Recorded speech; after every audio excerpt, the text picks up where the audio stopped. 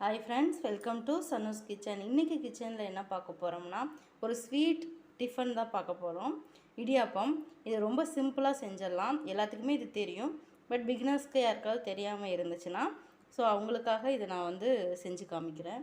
இப்போ பார்த்திங்க அப்படின்னா, இடியாப்பத்துக்கு நம்ம அரிசி மாவு எடுத்துக்கிறோம். நான் இந்த கப்பில் 2 கப் அரிசி மாவு எடுத்திருக்கேன்.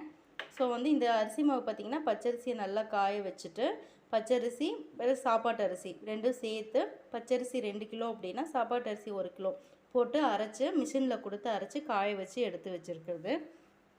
இப்போ இதில் நான் 2 கப்பு எடுத்து வச்சுருக்கேன். இப்போ இதுக்கு தேவையான அளவுக்கு நம்ம உப்பு சேர்த்துக்கலாம்.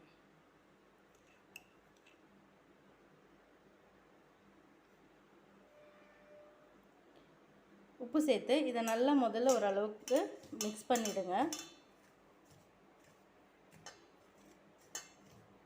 இதுக்கப்புறமா நம்ம சுடுதண்ணி போட்டு பிசைய போகிறோம். இப்போ சுடுதண்ணி ரெடியாக இது பண்ணிவிட்டு நம்ம இதை பிசைஞ்சு எடுத்துக்கலாம். இப்போ பார்த்திங்கன்னா நல்லா உப்பு போட்டு நல்லா கலந்தாச்சு.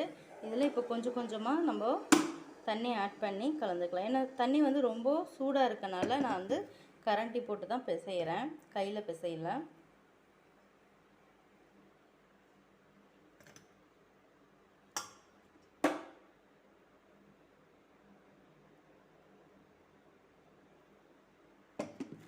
கொஞ்சம் கொஞ்சமாக ஆட் பண்ணிக்கோங்க. ஏன்னா சீக்கிரமாக அரிசி மாவு தண்ணி இழுத்துடும். அதனால் கொஞ்சம் கொஞ்சமாக ஊற்றி, ரொம்ப டக்குன்னு ஊற்றிட்டிங்கன்னா அது மாவு தண்ணியாக போயிடும். இதனால் சப்பாத்தி மாவு பதத்துக்கு நம்ம பிசைஞ்சு எடுத்துக்கலாம்.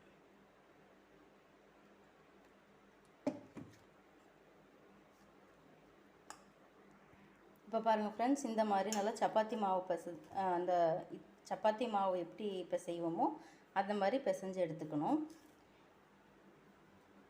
இந்த இடியாப்பம் இப்போது இடியாப்பத்துக்கு தேவையான மாவு ரெடி ஆகிடுச்சு. இப்போ இடியாப்பம் எப்படி பண்ணுறது அப்படிங்கிறத பார்த்துடலாம்.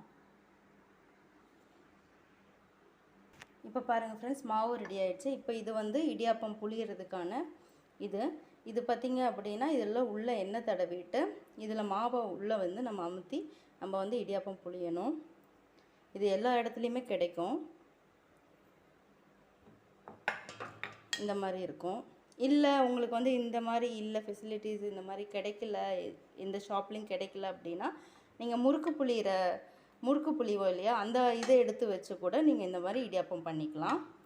இப்போ என்ன பண்ண போகிறோம்னா, இதில் மாவு உள்ளே நம்ம ஃபுல்லாக வச்சு நம்ம இடியாப்பம் புளிய போகிறோம். இப்போ பாருங்கள் ஃப்ரெண்ட்ஸ், இந்த மாதிரி ஃபுல்லாக நான் உள்ளே எண்ணெய் தடவிட்டேன். இப்போ இதுக்குள்ளே மாவு எடுத்து நம்ம இது உள்ளே வச்சிடலாம். இப்போ பாருங்கள் ஃப்ரெண்ட்ஸ், நான் மாவு உள்ளே வச்சுட்டேன். இப்போ என்ன பண்ண போகிறோன்னா, இந்த மாதிரி இடியாப்பத்துக்குன்னு தனியாக ஒரு பிளேட் நான் வாங்கி வச்சுருக்கேன். அது இருந்துச்சுன்னா ஓகே. அப்படி இல்லைன்னா இட்லி தட்டு இருக்கு இல்லையா, அது மேலே எப்போ ஆஸ் யூஷுவல் நம்ம எப்படி இட்லி ஊற்றுவோமோ அதே மாதிரி வெள்ளை துணி போட்டு அது மாதிரியே நீங்கள் அப்படியே புழிஞ்சு விட்டுறலாம். இப்போ நான் என்ன பண்ண போகிறேன்னா, இந்த மாவை இதோட இப்படி புளிய போகிறேன். எனக்கு நான் மட்டும்தான் வீடியோ எடுக்கிறேன் அப்படின்றனால இது உங்களுக்கு காமிக்க முடியல. அதனால் நான் இப்போ புழிஞ்சிடுறேன். புழிஞ்சதுக்கப்புறமா நான் உங்களுக்கு காமிக்கிறேன். இப்போ பாருங்கள் ஃப்ரெண்ட்ஸ், நான் அழகாக அப்படியே புழிஞ்சிட்டேன். இந்த மாதிரி அப்படியே சுற்றி புழிஞ்சிடணும். நான் ஒரு சில பேர் என்ன பண்ணுவாங்கன்னா, ஒவ்வொரு தடவையும் இப்படி புழிஞ்சிட்டு எடுத்து தனித்தனியாக வேக வச்சு எடுப்பாங்க. நான் என்ன பண்ணுவேன்னா, மொத்தமாக ஒரு அளவுக்கு ஒரு 2-3 தடவை புழிஞ்சு அதுக்கப்புறமா வேக வச்சு எடுப்பேன். அது உங்கள் இஷ்டம், உங்களுக்கு எப்படி வேணுமோ அந்த மாதிரி. இப்போ நான் அடுத்த ரவுண்டும் நான் புழிஞ்சிக்கிறேன். இப்போ பாருங்கள், நான் அடுத்த ரவுண்டும் புழிஞ்சிட்டேன்.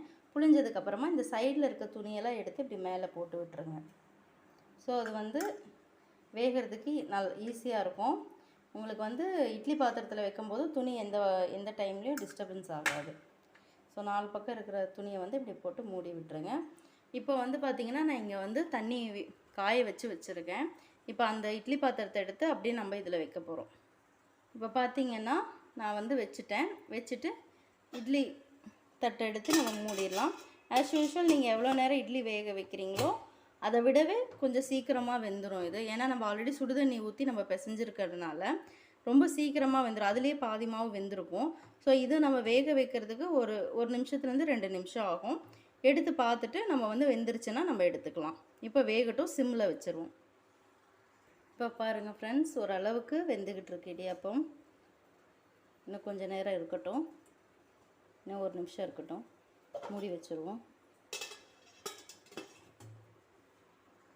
இப்போது அங்கே இடியாப்பம் வெந்துட்டுருக்கு. இப்போ அதுக்குள்ளே நம்ம என்ன பண்ணுறோன்னா, அதுக்கு சைடிஷ் ரெடி பண்ணோம் இல்லையா?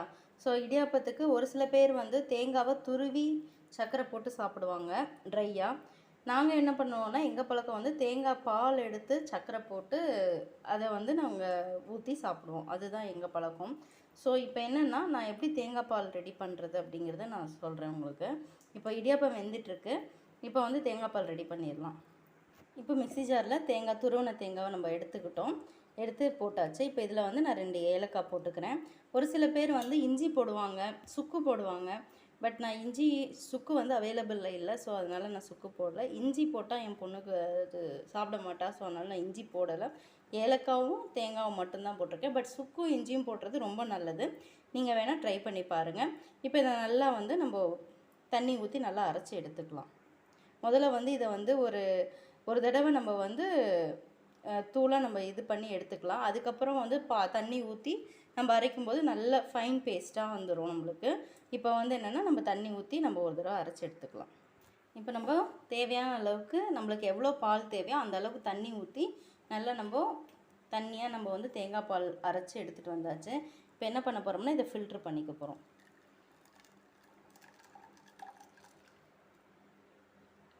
இது ஃபஸ்ட்டு எடுக்கிற நம்ம முதல் தேங்காய் பால். அடுத்த ஒரு தடவை நான் எப்போவுமே 2 தேங்காய் பால் தான் எடுப்பேன், அதுக்கு மேலே எடுக்க மாட்டேன். ஸோ ஃபஸ்ட் டைம் நம்ம எடுக்கிற தேங்காய் பால் ரொம்ப திக்காக இருக்கும். செகண்ட் டைம் எடுக்கிற பால் வந்து கொஞ்சம் தண்ணியாக இருக்கும். தேர்ட் டைம் வந்து ஒரு சில பேர் எடுப்பாங்க, பட் நான் எடுக்க மாட்டேன். ஸோ இதை வந்து நல்லா இப்படி புழிஞ்சு எடுத்துக்கலாம். புழிஞ்சு எடுக்கிறப்போ நம்மளுக்கு வந்து பால் நல்லா கீழே இறங்கும். ஈஸியாக நம்ம வந்து டக்குன்னு புழிஞ்சு எடுத்துடலாம்.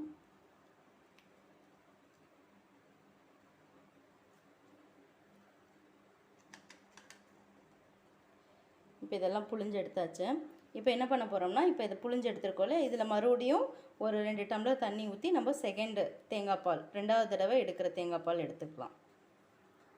இப்போ பாருங்கள் ஃப்ரெண்ட்ஸ், நான் செகண்ட் டைமும் தேங்காய் பால் எடுத்திருக்கேன். இப்போ இதையும் ஃபில்ட்ரு பண்ணி எடுத்துக்கலாம். இதையும் நல்லா புழிஞ்சு எடுத்துக்கோங்க. இப்போ பாருங்கள் ஃப்ரெண்ட்ஸ், தேங்காய் பால் நல்லா எடுத்தாச்சு. நல்லா திக்காக இருக்குது பாருங்கள். ரொம்பவும் திக்காகவும் நம்ம வந்து தேங்காய் பால் சாப்பிடக்கூடாது, ரொம்பவும் தண்ணியாகவும் சாப்பிட்டாலும் டேஸ்ட் இருக்காது. ஸோ ரெண்டுத்துக்கு இடையில மீடியம் இந்த மாதிரி இருக்கிறனால 2 தடவை நீங்கள் எடுங்க, அதுவே நல்லாயிருக்கும்.